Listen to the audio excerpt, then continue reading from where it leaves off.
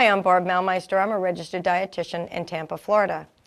Many people ask me, well, what do I think about liquid diets? How long should I be on a liquid diet? What liquid should I ingest when I'm on a liquid diet? Personally, I'm not in favor of a liquid diet, and I'll tell you why. Many people opt to have the liquid diet and they choose fruit juices, usually not fresh fruit, but fruit juices from a can or fruit juices from a bottle. I don't recommend that.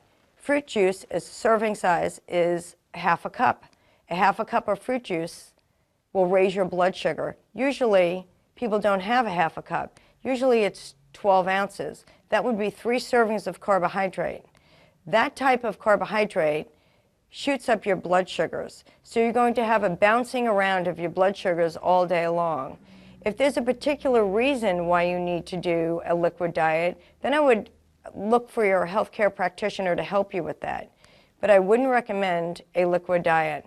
If you want a juice, that's great. I personally have a Vitamix. I like the Vitamix. You want a juice every day? I think that's a great idea. But that's in conjunction of having other food.